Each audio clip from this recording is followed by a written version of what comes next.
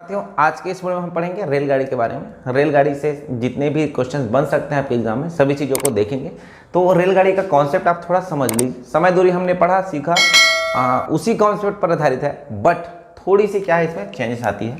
रेलगाड़ी की चाल जो होती है थोड़ा सा डिफरेंट नजर आता है आपको सामान्य चाल से। तो रेलगाड़ी की जो चाल होगी, रेलगाड़ी की चाल वो थोड़ा सा क्या होगा, डिफरेंस होगा। रेलगाड़ी की चाल होगी, चाल एक्चुअल में होगा दूरी बटे समय, लेकिन ये जो दूरी नजर आएगा ना आपको प्रश्न में, ये जो दूरी नजर आएगा वो डिफरेंट नजर आएगा। तो क्या नजर आएगा यहां पर समझिए, रेल की दूरी प्लस प्लेटफॉर्म, पुल, सुरंग की दूरी, लंबाई बोल सकते हैं, बटे पूरे का बटे में समय, पार करने में लगा समय, पार करने में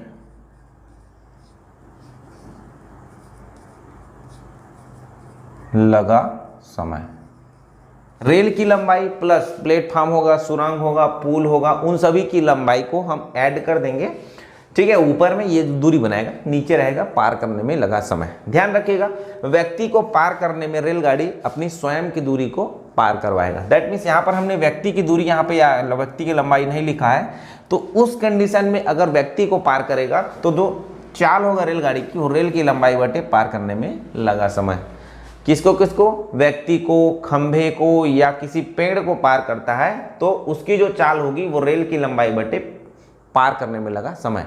क्योंकि व्यक्ति और खंभे और पेड़ इनकी कोई डिस्टेंस नहीं होती, इसीलिए हम ये जो चीज़ है उनको ऐड नहीं करेंगे। अगर प्रश्न बोलता है प्लेटफॉर्म को पार किया, पुल को पार किया, सुरंग को पार किया, तब की स्थिति में हम वहाँ पर चीज़ें करेंगे।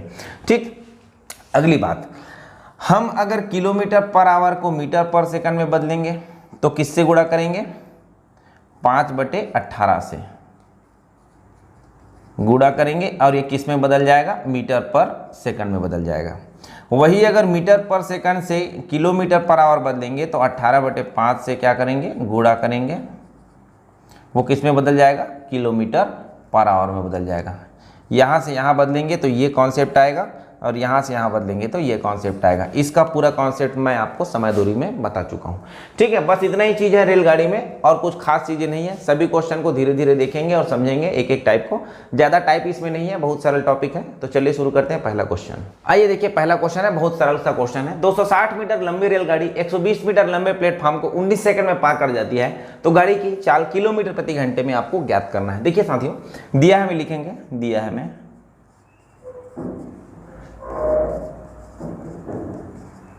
रेलगाड़ी की लंबाई 120 मीटर, 260 मीटर। वहीं साथ में दिया है प्लेटफॉर्म की लंबाई, प्लेटफॉर्म की लंबाई है 120 मीटर, और पार करने में लगा समय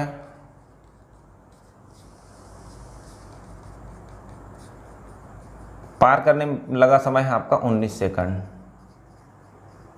ठीक, अब देखिए, हमने कहा है कि जो रेलगाड़ी की चाल होगी वो दो कंडीशन होगा, या तो व्यक्ति खंभे या पेड़ को पार करेगा, या तो फिर प्लेटफॉर्म, पुल, सुरंग को पार करेगा। दोनों कंडीशन आपको पता है। तो रेलगाड़ी की क्या लिखेंगे, रेलगाड़ी की चाल, रेलगाड़ी की चाल बराबर लिख लेंगे रेल की लंबाई प्लस, देखिए इस प्रश्न में प्लेटफॉर्म को पार किया जा रहा है कि नहीं, जी बिल्कुल, तो प्लेटफॉर्म की लंबाई जुड़ जाएगा, प्लेटफॉर्म की लंबाई बटे क्या होगा, समय। अब देखिए सब चीज़ें आपको डाटा दे दी गई है। रेल की लंबाई है 260 मीटर और प्लेटफॉर्म की लंबाई 120 और समय लगता है 19, तो ये हो जाएगा आपका 38, मतलब 380/19। टोटल आया आपका कितना, 20 मीटर पर सेकंड। लेकिन प्रश्न ने पूछा है किलोमीटर पर आवर में, तो आगे हमारा होगा 20 गुणा, देखिए मीटर पर सेकंड को किलोमीटर पर आवर में बदलने के लिए 18/5 से गुणा हो जाएगा, किलोमीटर पर आवर हो जाएगा। तो 5 एकम 5 चौक 18 चौक 72 किलोमीटर पर आवर इस रेलगाड़ी की क्या होगी, चाल होगी। तो लास्ट लाइन में लिख सकते हैं अतः रेलगाड़ी की चाल 72 किलोमीटर पर आवर होगी। ये सामान्य सा क्वेश्चन था, बहुत ही अच्छा क्वेश्चन है क्योंकि 2 नंबर में आपको पूछ सकता है। चलिए साथी नए क्वेश्चन को चलते हैं। इस क्वेश्चन को समझिए, बहुत अच्छा क्वेश्चन। एक रेलगाड़ी की लंबाई 150 मीटर है, उसकी चाल 54 किलोमीटर प्रति घंटा है, तो वह रेलवे पटरी के किनारे खड़े व्यक्ति को कितने समय में पार करेगा। यहां पर देखिए प्लेटफॉर्म आया क्या, नाम नहीं आया, तो हम लिखेंगे दिया है रेल की लंबाई, रेलगाड़ी की लंबाई। रेलगाड़ी की लंबाई अपने को कितना दिया, 150 मीटर। रेल की चाल आपको दिया है, रेल की चाल दिया है आपको 54 किलोमीटर पर आवर। तो देखिए साथियों, यहां पर यूनिट कन्वर्जन की आवश्यकता होगी। क्यों? क्योंकि समय जो आएगा वो सेकंड में आएगा, क्योंकि भाई 54 किलोमीटर पर आवर से जा रहा है, 150 मीटर है, तो जाहिर सी बात है पूरा का पूरा घंटे मिनट में समय नहीं लेगा, इस सेकंड में समय लेगा। इसीलिए आप इसको क्या करिए, 150 गुणा 5 बटे क्या कर लेंगे, 18 कर लेंगे। ये हो जाएगा मीटर पर सेकंड। ठीक, 18 कम 18, 18 तिया 54, ठीक, 5 तिया 15 मीटर पर सेकंड आपका यहाँ पर क्या आ गया, रेल की चाल आ गई। ठीक, इसी बात को बस थोड़ा थोड़ा ध्यान रखना है यूनिट कन्वर्जन का, बाकी कोई दिक्कत नहीं है किसी भी क्वेश्चन में। ठीक, अब बोल रहा है रेलवे पटरी के किनारे खड़े व्यक्ति को, तो व्यक्ति को पार करने में लगा समय,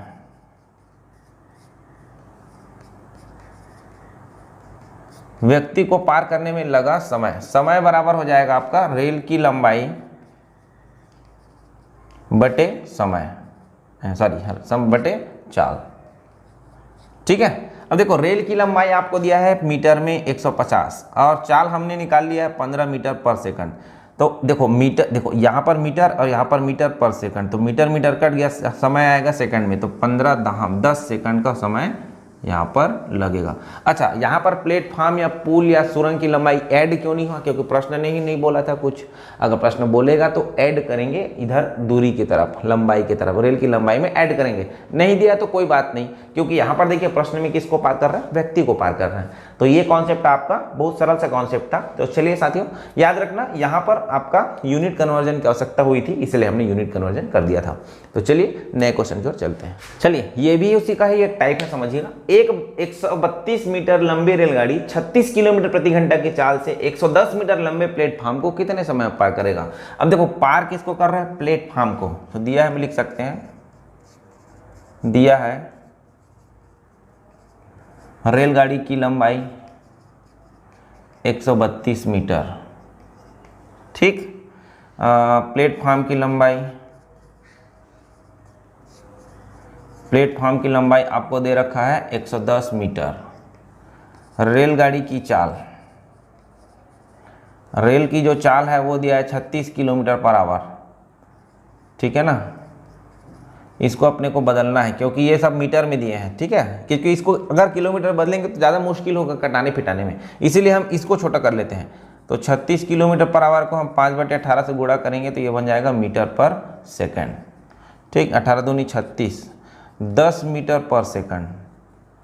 किसकी चाल, रेलगाड़ी की चाल। अब कितना समय लगेगा, तो यहां पर लिखेंगे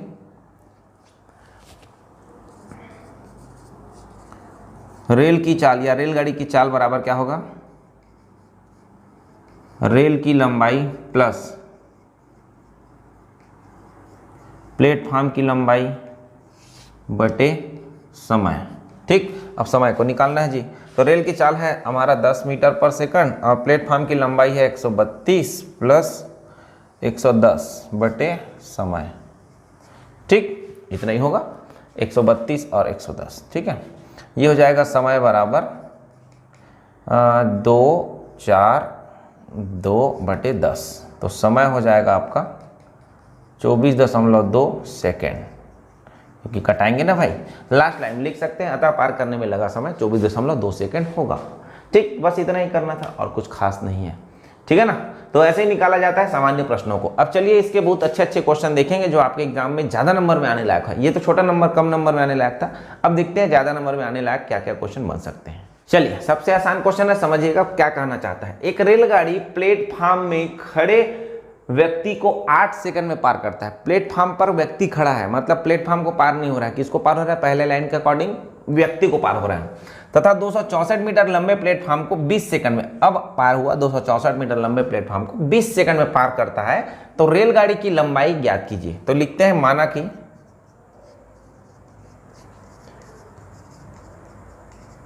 रेलगाड़ी की लंबाई x मीटर है। ठीक, क्या लिखेंगे, माना कि रेलगाड़ी की जो लंबाई है वो क्या है, x मीटर है। आगे बोलता है प्लेटफॉर्म में खड़े व्यक्ति को 8 सेकंड में पार करती है, तब रेलगाड़ी की चाल, रेलगाड़ी की चाल होगा दूरी बटे 8 सेकंड। देखो यहां पर व्यक्ति को पार हो रहा है, तो केवल रेलगाड़ी की लंबाई बटे व्यक्ति को पार करने में लगा समय, ये होगा मीटर पर सेकंड। ठीक, प्रश्न ने आगे कहा है कि 264 मीटर लंबे प्लेटफॉर्म को 20 सेकंड में पार करता है। चूंकि 264 मीटर लंबे प्लेटफॉर्म को 20 सेकंड में पार करता है, अतः रेलगाड़ी की चाल, दूरी रेलगाड़ी की लंबाई प्लस प्लेटफॉर्म की लंबाई बटे लगने में लगा समय। देखो यहां पर प्लेटफॉर्म को पार किया, इसलिए रेल की लंबाई प्लस प्लेटफॉर्म की लंबाई बटे पार करने में लगा समय। ये जो लाइन है उसको हमने लिख दिया। अब देखो ये वाला जो इक्वेशन है और ये वाला इक्वेशन है बराबर होगा, इसलिए x बटे 8 बराबर x प्लस 264 बटे 20। ये दोनों इसलिए बराबर हो गए क्योंकि वही रेल है जो व्यक्ति को पार कर रहा है और प्लेटफॉर्म को पार कर रहा है, इसीलिए दोनों का जो रेल की चाल है वो बराबर हो जाएंगी। ये हो जाएगा 20x बराबर 8x प्लस 8 चौक 32, 8 छक्के 48 और 3 51 किए, खांसी ले 5, 8 दूनी 16 और 5 16 और 5 21। ठीक है, ये हो जाएगा जब ट्रांसफर, तो हमारे पास बचेगा 12x बराबर 2112, x बराबर 12 एकम 12। हमारे पास बच गया कितना, हमारे पास बच गया 12 एकम 12, 9 बच गया ना, 91, 12 सत्ते 84। ठीक है, बच गया हमारे पास 7, 12 छक्के 72, 176 मीटर। लास्ट लाइन में लिखेंगे अतः रेलगाड़ी की लंबाई 176 मीटर है। बस इतना ही करना था। अब देखो यहाँ पर दोनों एक साथ दिया है, व्यक्ति को भी और प्लेटफॉर्म को भी। हमने जो पिछला क्वेश्चन सीखा उसमें व्यक्ति को अलग पार किया था एक प्रश्न में, एक प्रश्न में प्लेटफॉर्म को पार किया था, लेकिन इस प्रश्न में दोनों को कर दिया है, कोई दिक्कत नहीं। जब दोनों को पार करेगा तो दो चीजें बराबर होंगी, एक तो रेलगाड़ी की लंबाई और दूसरा आपकी रेलगाड़ी की चाल। तो रेलगाड़ी की लंबाई हम बराबर नहीं कर सकते क्योंकि यहाँ पर प्लेटफॉर्म की लंबाई आ जाती है इस वजह से, ठीक है ना। तो इसलिए हम क्या करेंगे, रेलगाड़ी की चाल, व्यक्ति को पार करने में जो चाल है और प्लेटफॉर्म को जो पार करने में चाल है वो दोनों इक्वल कर लिए, यहाँ से हमने फाइंड आउट कर लिया। आई होप आपको समझ में आया होगा। तो चलिए साथियों नए क्वेश्चन को चलते हैं। देखिए बहुत ही प्यारा क्वेश्चन है, समझिएगा। चलती हुई रेलगाड़ी में बैठा व्यक्ति 30 सेकंड में टेलीफोन के 61 खंभे गिन सकता है। यदि प्रत्येक दो खंभे के बीच दूरी 20 मीटर हो तो रेलगाड़ी की चाल ज्ञात कीजिए। देखिए कंडीशन वही है, बस आपको थोड़ा सा आगे पीछे किया है, खंभों को गिन कर बताया है, ठीक है। तो यहाँ पर हम लिखेंगे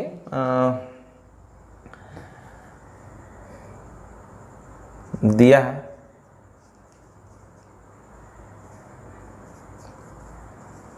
दो खंभों के बीच की दूरी बराबर 20 मीटर।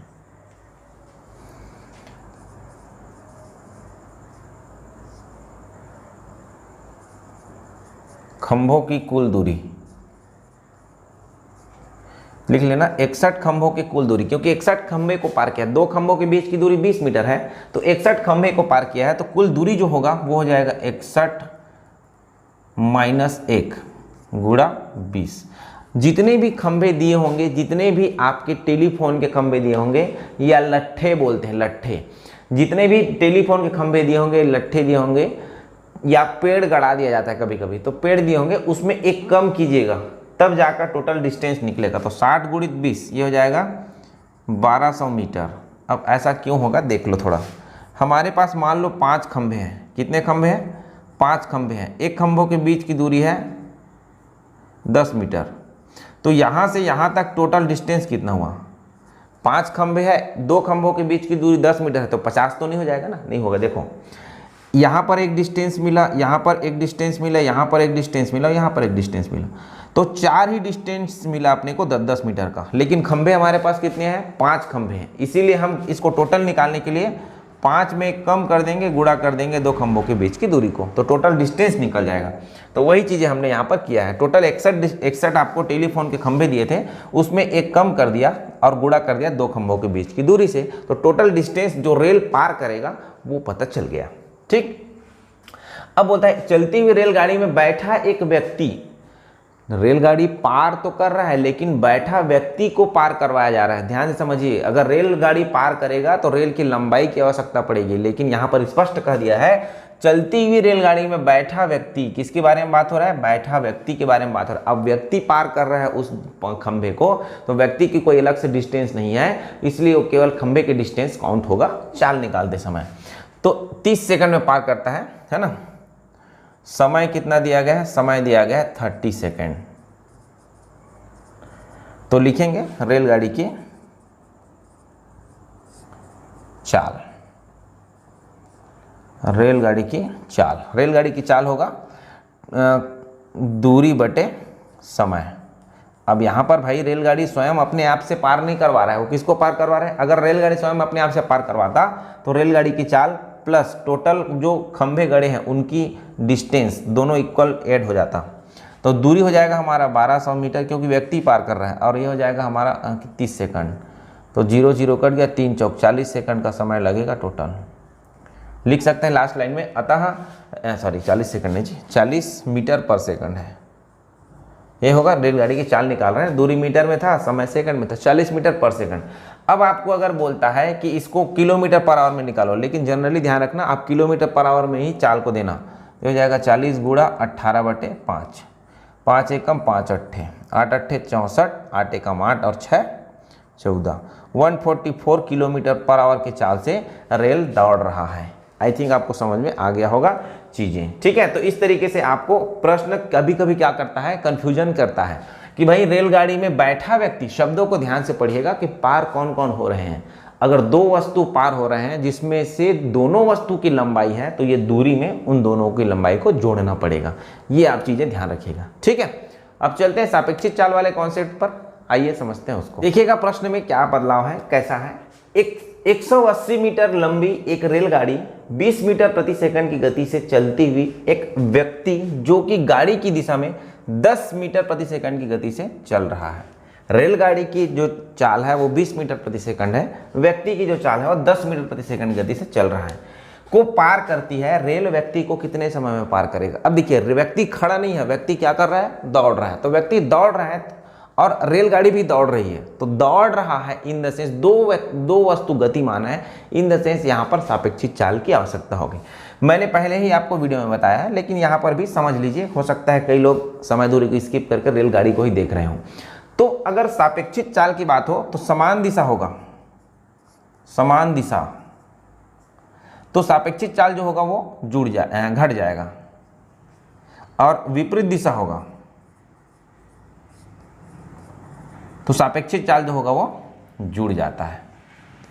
ठीक है, सापेक्षिक चाल, सापेक्षिक चाल याद रखिएगा। समान दिशा में, एक ही दिशा में 2 वस्तु गतिमान होगी तो वहां पर सापेक्षिक चाल, रिलेटिव स्पीड जो होगी वो माइनस होगी, और अपोजिट डायरेक्शन में अगर होंगे तो दोनों की जो चाल होगी सापेक्षिक चाल के लिए ऐड हो जाएंगी, क्योंकि दोनों अपोजिट डायरेक्शन से दूरी को जल्दी जल्दी कवर करेंगे, और एक साथ जाएंगे तो सेम डिस्टेंस को कवर करते हैं, इसीलिए ऐसा होता है।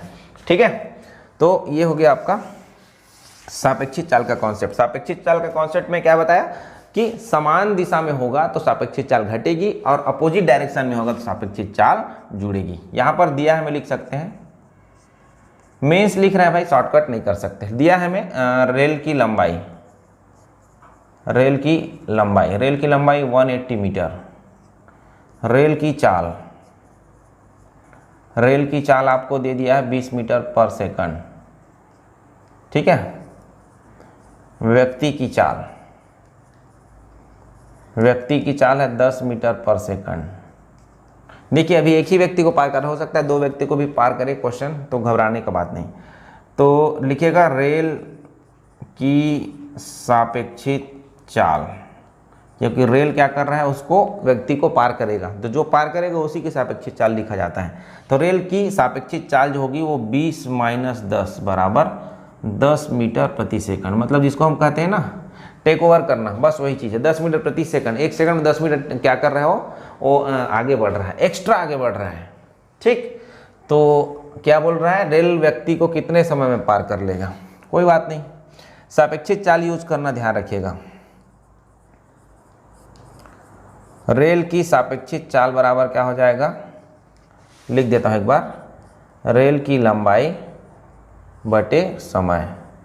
व्यक्ति को पार कर रहा है तो व्यक्ति को पार करने में लगा समय, तो रेल की सापेक्षिक चाल है 10 मीटर पर सेकंड, रेल की लंबाई है आपका 180 और समय हमको निकालना है। दोनों तरफ यूनिट हमने पहले ही बराबर कर लिया, मीटर दिया है, मीटर पर सेकंड है, तो कोई दिक्कत नहीं, 0 0 कटेगा तो समय जो होगा वो निकल कर आएगा 18 सेकंड।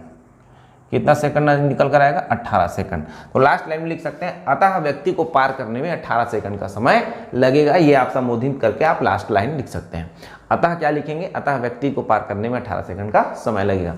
तो यहाँ पर सापेक्षिक चाल आया, ध्यान रखिएगा, व्यक्ति खड़ा नहीं था, व्यक्ति दौड़ रहा था, लेकिन व्यक्ति के कोई डिस्टेंस नहीं है, इसीलिए हमने रेलगाड़ी की लंबाई बस लिखा ऊपर में। अगर व्यक्ति के कोई डिस्टेंस अगर प्रश्न बोल देता था तो उस कंडीशन में हम यहाँ पर उसकी लंबाई को भी जोड़ते, लेकिन ऐसा नहीं था कंडीशन, ठीक है। तो व्यक्ति को पार किया है, तो ध्यान रखिएगा चाल जो होती है रेल की लंबाई बटे पार करने में लगा समय ही होता है, ठीक। चलिए नए क्वेश्चन में चलते हैं। चलिए समझिए प्रश्न में कैसा मोड है, क्या कहता है, दो गाड़ियां क्रमशः 90 किलोमीटर प्रति घंटा व 70 किलोमीटर प्रति घंटा की गति से एक ही दिशा में इंपॉर्टेंट शब्द है में चल रही है। धीमी गति से चलने वाली गाड़ी में बैठा व्यक्ति को तेज चलने वाली गाड़ी 36 सेकंड में पार कर जाती है, तो तेज चलने वाली गाड़ी की लंबाई ज्ञात कीजिए। अभी जो हमने पिछला प्रश्न देखा ना, बिल्कुल वही है।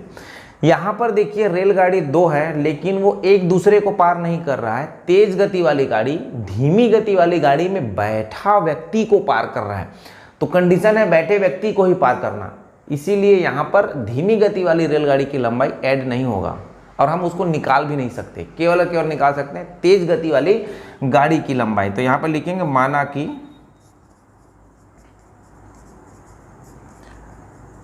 तेज गति वाली गाड़ी की लंबाई x मीटर है, ठीक। दिया है, लिखेंगे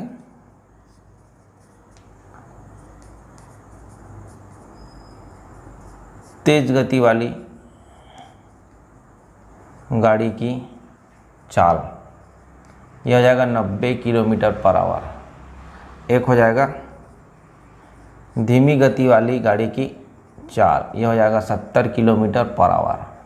यहाँ तक चीज़ें क्लियर। अब दोनों एक ही दिशा में हैं, तो लिखेंगे रेलगाड़ी की सापेक्षिक चाल, सापेक्षिक चाल हो जाएगा 90 - 70, ये हो जाएगा 20 kmph। ये क्यों हुआ, क्योंकि यहाँ पर दोनों एक ही दिशा में है, ठीक है। और व्यक्ति को पार करने में लगा समय, व्यक्ति को पार करने में लगा समय, व्यक्ति को पार करने में लगा समय कितना दिया है, 36 सेकंड। अब देखिए यहाँ पर आपको रेलगाड़ी की लंबाई सापेक्षिक चाल है किलोमीटर पर आवर में दिया है, और यहाँ पर जो समय दिया है 6 सेकंड में दिया है, और हमने गाड़ी की लंबाई को मीटर में माना है, तो कहीं ना कहीं यूनिट कन्वर्जन करना पड़ेगा। इसलिए लिखेंगे रेल की सापेक्षिक चाल बराबर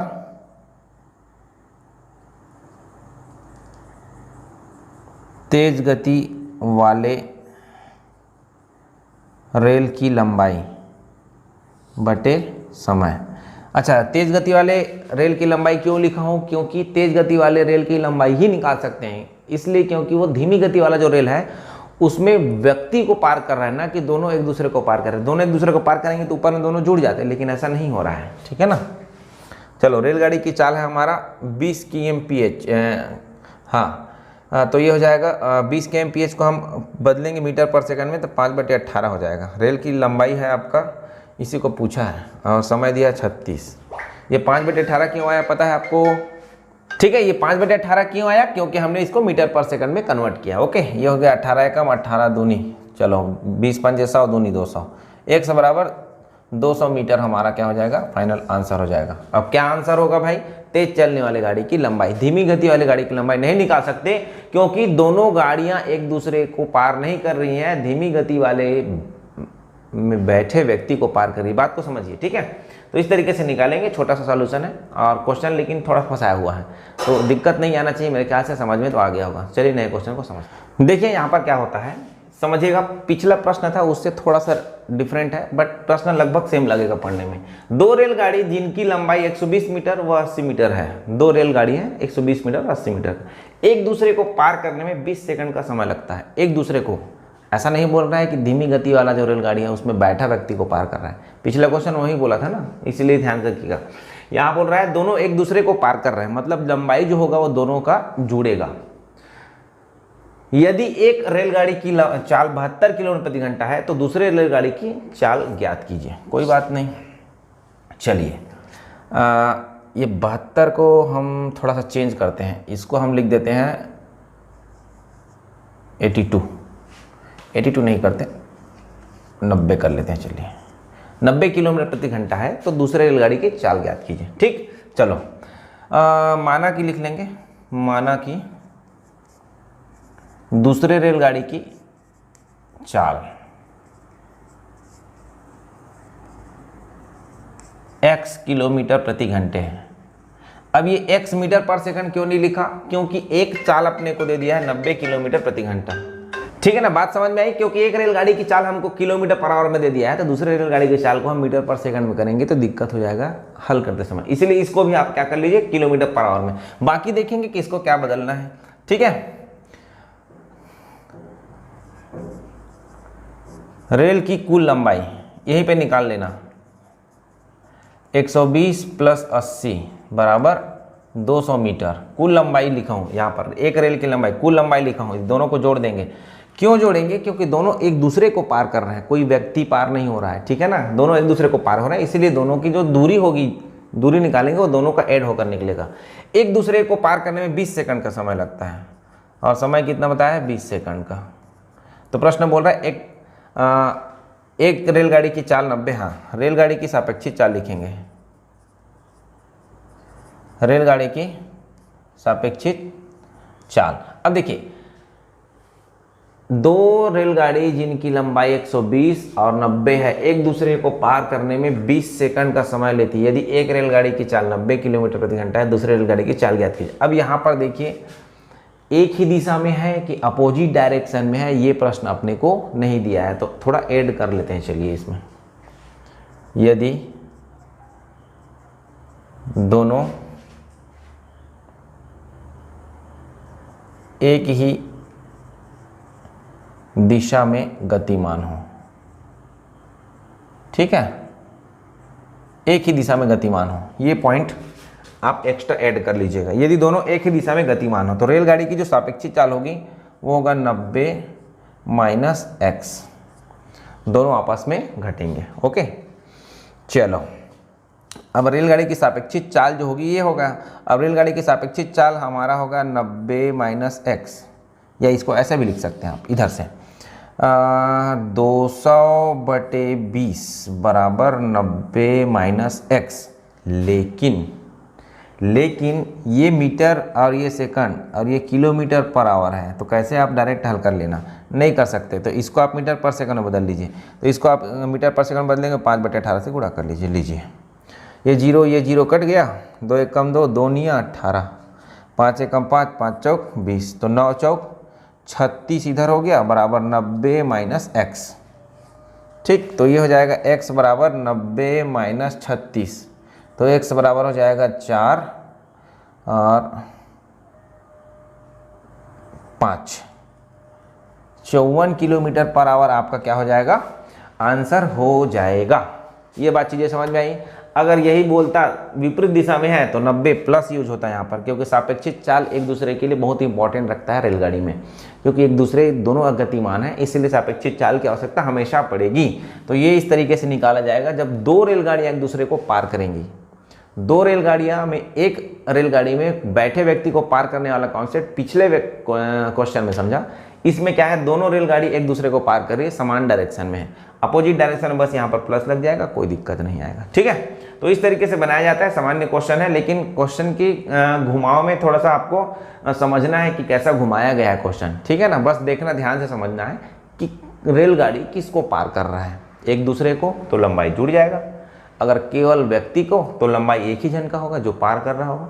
ठीक है, तो इस तरीके से कॉन्सेप्ट आपको समझना है। ठीक, नोट करके रखिए सभी क्वेश्चन को। चलिए नए क्वेश्चन को चलते हैं। चलिए भाई, समझना, क्वेश्चन आपको नजर आ रहा होगा। स्टेशन ए से बी तक की दूरी 300 किलोमीटर है। स्टेशन ए से एक रेलगाड़ी 100 किलोमीटर प्रति घंटे की चाल से चलती है। 1.5 घंटे बाद स्टेशन बी से एक रेलगाड़ी 50 किलोमीटर प्रति घंटे की चाल से चलती है। तो दोनों रेलगाड़ियां कब मिलेंगी?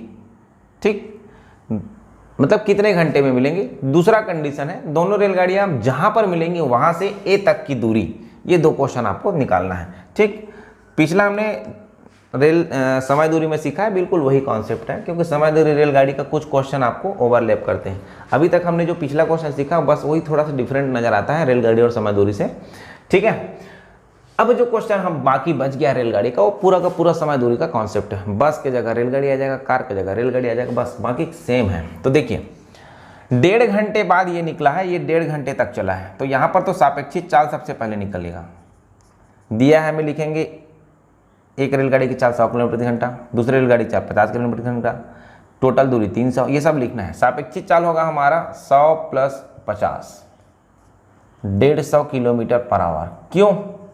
क्योंकि दोनों एक दूसरे के अपोजिट डायरेक्शन में चाल चल रहे हैं, ये इधर से चल रहे हैं, ये इधर से चल रहे हैं। ठीक, अब देखिए, ए द्वारा 1.5 घंटे में चली गई दूरी, क्योंकि ये 1.5 घंटे बाद निकल रहे हैं, तो यहां पर लिखेंगे ए से चली गई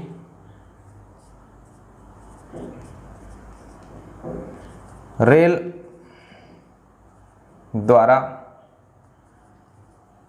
1.5 घंटे में तय दूरी।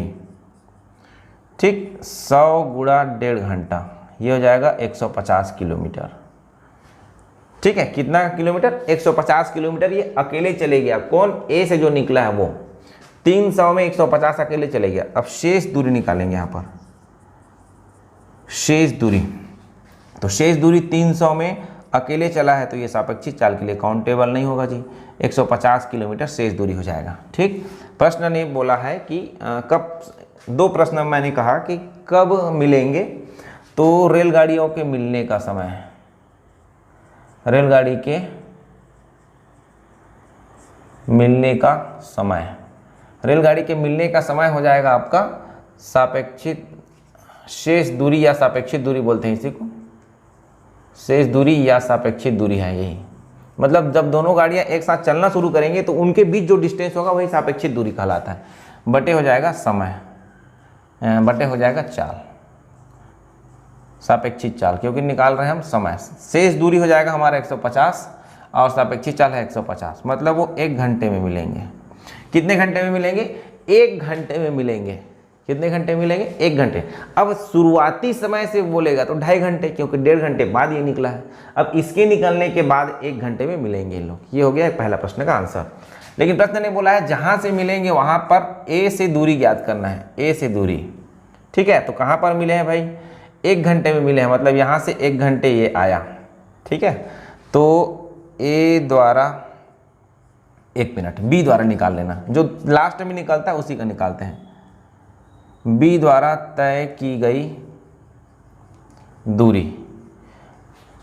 ठीक, बी द्वारा तय की गई मतलब बी स्टेशन से जो निकला है उससे द्वारा तय की गई दूरी उस रेलगाड़ी द्वारा। तो 1 घंटे में 50 किलोमीटर पर आवर से आ रहा है, तो ये 50 किलोमीटर ही चलेगा।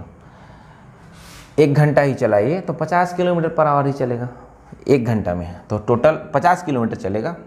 तो लिखेंगे जहां पर मिले वहां से ए की दूरी, टोटल हो जाएगा 300 में 50 माइनस, क्योंकि बी जो चला है उसको माइनस कर देंगे टोटल डिस्टेंस में, बाकी जो चला है वो आपका ए होगा। तो 250 किलोमीटर चला है, लास्ट लाइन लिख लेंगे, अतः अभिष्ट दूरी 250 किलोमीटर होगी। अब ऐसा क्यों हुआ, हम ए से निकाल सकते थे, बिल्कुल निकाल सकते थे। ए से जब निकालेंगे तो कैसा नजर आएगा, आइए समझाता हूँ। ए से जब निकालेंगे ना दूरी, ए से दूरी जब निकालेंगे तो देखो 1 घंटे तो मिलने का समय हो गया, प्लस 1.5 घंटे पहले ही निकल चुका था ये ए वाला, तो 100 गुणा 1.5 घंटे और हो जाएगा, तो टोटल हमारा 100 और ये 150, टोटल 250 ऐसे ही आ जाएगा आपका। तो दोनों तरीके से निकाल सकते हैं आप, बी का डिस्टेंस निकाल के टोटल में घटा देंगे, ए से दूरी पता चल जाएगा, या ए कितना टाइम लिया है टोटल गुणा उसका चाल। ए टोटल टाइम लिया 2.5 घंटे, क्योंकि 1.5 घंटे अकेले चला, उसके बाद 1 घंटे मिलने के लिए चला, 2.5 घंटे टोटल चला, तो टोटल इस तरीके से 250 किलोमीटर आपका आंसर आ जाएगा। तो इस तरीके से आपका रेलगाड़ी का क्वेश्चन जो है वो सामान्य क्वेश्चन पूछा जाता है। सभी टाइप हमने कवर कर लिए हैं। जो विपरीत वाला क्वेश्चन है, विपरीत दिशा वाला, जो समान दिशा है उसी में शब्द जोड़ लीजिएगा विपरीत दिशा, बाकी प्रश्न सेम बन जाता है। तो कॉन्सेप्ट वहीं से सीखना है, बस विपरीत दिशा में आपको क्या करना है, सापेक्षिक चाल को जोड़कर रख देना था। यहाँ पर ध्यान रखिएगा, विपरीत दिशा वाला है, ये सापेक्षिक चाल जोड़कर रख दिया गया है। ये तो आपका समय दूरी का कॉन्सेप्ट हो जाएगा। जो रेलगाड़ी का कॉन्सेप्ट मैं बोल रहा हूँ, पिछला क्वेश्चन जो बता रहा था, रेलगाड़ी में आपका एक दिशा में बता रहा था ना, एक ही दिशा में जा रहे हैं, अगर अपोजिट डायरेक्शन में जाएंगे तो बताया था मैंने कि ऐसा होगा, दोनों को अपोजिट डायरेक्शन में जाएंगे तो इस टाइप के सापेक्षिक चाल के लिए जोड़ना पड़ेगा, बस और कुछ कॉन्सेप्ट अलग नहीं है। तो इस तरीके से रेलगाड़ी के सभी क्वेश्चन समाप्त होते हैं। चलिए साथियों, हम रेलगाड़ी के बाद धारणाओं की क्वेश्चन को समझने वाले हैं आगे। तो मिलते हैं अगले वीडियो पर। धन्यवाद।